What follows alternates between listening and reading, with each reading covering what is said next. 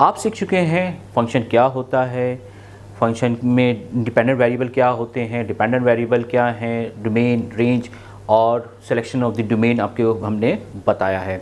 अब हम आपको बताते हैं types of the function. Types of the function को पढ़ना भी बहुत ज़रूरी, बहुत इंपॉर्टेंट है, क्योंकि अगर प्रैक्टिकली तौर पे अगर कोई आपके पास सिनेरियो हो, फॉर एग्जांपल अगर आप कहीं जॉब करते हैं एज अ कॉस्ट अकाउंटेंट हैं, तो आपसे कहा जाता है कि इस प्रोडक्ट की प्राइसिंग क्या होगी, राइट। तो एक फंक्शन डेवलप कर दें, वेरिएबल कॉस्ट इतनी है, इसमें फिक्स्ड कॉस्ट इतनी है, तो इसके अब हमने प्राइस क्या रखें, तो एक फंक्शन डेवलप किया जा सकता है। तो इसके लिए टाइप्स ऑफ द फंक्शन का भी जानना ज़रूरी है। एग्जामिनेशन पॉइंट ऑफ व्यू से भी आपको जो है फंक्शन के बारे में पता चल जाएगा कि ये किस टाइप का फंक्शन है। तो आए देखते हैं फंक्शन की टाइप्स।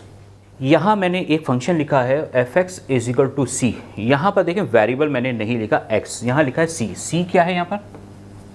c जो है c इज़, तो ऐसा फंक्शन जिसमें इंडिपेंडेंट वेरिएबल ही ना हो बल्कि क्या हो, कांस्टेंट वैल्यू। फॉर एग्जांपल मैं लिखता हूँ y = 4।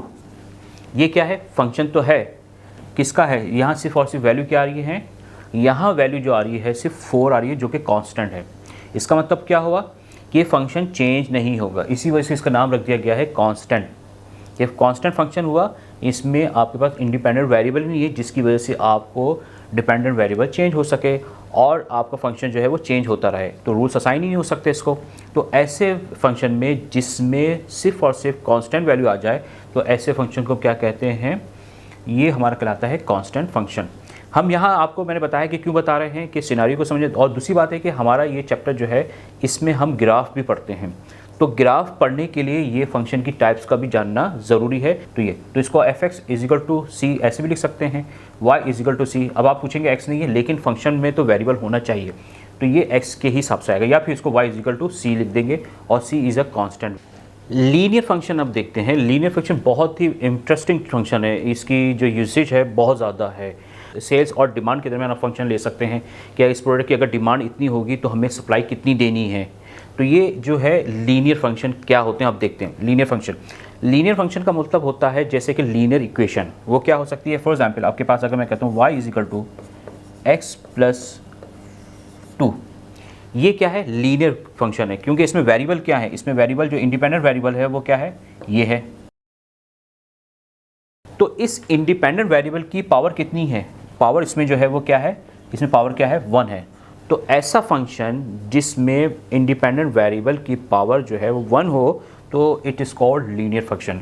इसको अक्सर जो है डिग्री 1 पॉलिनोमियल कहते हैं। पॉलिनोमियल एक्चुअली एक्सप्रेशन को ही कहते हैं। तो डिग्री 1 का मतलब क्या होगा, डिग्री 1 का मतलब है 1 है।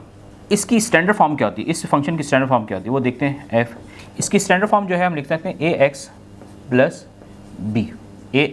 b। ये इसकी क्या है, स्टैंडर्ड फॉर्म है, यानी कि कोई भी फंक्शन दिया जाएगा वो इसी फॉर्म में दिया जाएगा। फॉर एग्जांपल अगर मैं लिखता हूँ फंक्शन ऑफ s, तो क्या लिख सकते हैं, 2s + 7, राइट। या हम इसको कहते हैं फंक्शन है t का, तो क्या लिख सकते हैं, 3t - 20 एग्जाम्पल के तौर पर। यहाँ पर इसकी स्टैंडर्ड फॉर्म यानी कि a जो है वो कोफिशिएंट है किसका, x का, और b क्या है, कांस्टेंट वैल्यू है। यहाँ पर मार्क हमेशा याद रखें, यहाँ पर a जो होगा वो a जो है इज़ नॉट इक्वल टू 0। यहाँ a जो है वो a जो है वो 0 नहीं है, क्योंकि अगर 0 हो गया, जो 0 हो गया तो ये कौन सा फंक्शन कहलाएगा, कांस्टेंट। क्योंकि 0 को जब x से वेरिएबल से मल्टीप्लाई करेंगे तो 0 हो जाएगा, तो क्या बचेगा, b। तो b यहाँ पर क्या है, b जो है वो क्या है, इसका कांस्टेंट है। तो यहाँ पर जो है डोमेन और रेंज क्या होनी चाहिए, मैंने आपको बताया था डोमेन हमेशा क्या रखा करें, डोमेन हमेशा जो है वो रियल नंबर रखें, यानी कि प्लस माइनस से लेकर जो भी वैल्यू है वो आप इसमें यहाँ रखें, और इमेजिनरी वैल्यूज़ को या रेडिकल साइन वाली वैल्यूज़ को ना इस्तेमाल करें। तो जैसे ही आप इसकी वैल्यू रखेंगे x की, डोमेन जैसा होगा वैसे ही क्या होगा, रेंज आएगा। तो हम यहाँ लिख सकते हैं, तो डोमेन इसका क्या होगा, इस फंक्शन का डोमेन क्या होगा।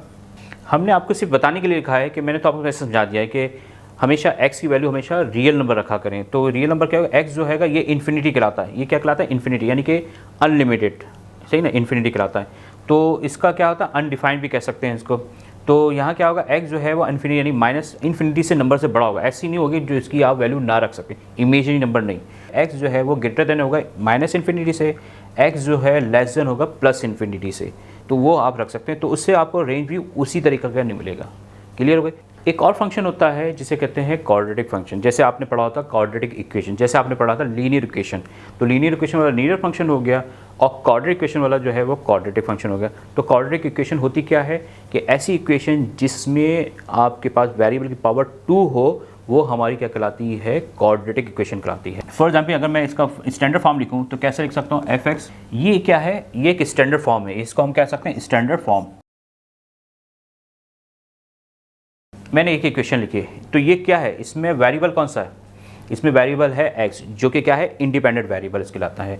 तो इसमें जो इसकी जो मैक्सिमम पावर है वो कितनी है, डिग्री 2। तो इसमें क्या होगा, इसमें a जो है, इसमें a is not equal to 0, a की वैल्यू 0 नहीं, अगर क्योंकि a की वैल्यू 0 हो गई तो ये यहाँ से x स्क्वायर क्या हो जाएगा, x स्क्वायर जो है ख़त्म हो जाएगा, तो बच क्या जाएगा bx, जो कि bx प्लस c क्या है, वो हमारे पास लीनियर फंक्शन है। तो क्वाड्रेटिक फंक्शन के लिए ज़रूरी है कि ऐसा कोई फंक्शन जिसमें इंडिपेंडेंट यानी कि इनपुट वो उसकी पावर जो है वो क्या हो, 2 हो, तो ऐसे को हम क्या कहते हैं, क्वाड्रेटिक फंक्शन। इसमें डोमेन और रेंज क्या रखेंगे, डोमेन और रेंज वही रखेंगे जो यहाँ पर हमने लीनियर फंक्शन के बारे में आपको बताई हैं। क्लियर बात हो गई। एक और फंक्शन लिया है हमने, वो कहलाता है एक्सपोनेंशियल फंक्शन। एक्सपोनेंशियल का मतलब होता है पावर, राइट। मतलब क्या होगा, जो वेरिएबल होगा यानी इंडिपेंडेंट वेरिएबल होगा वो कहाँ पर होगा, पावर में होगा, राइट। पावर तो इसमें भी है लेकिन ये वेरिएबल पे यानी कि इंडिपेंडेंट वेरिएबल पे है। जबकि एक्सपोनेंशियल फंक्शन की हमने यहाँ पर स्टैंडर्ड फॉर्म लिखी है, ए बी और बी की पावर क्या है, एक्स है। तो जो आपके पास ये कौन सा वेरिएबल है, ये क्या है, इंडिपेंडेंट वेरिएबल है।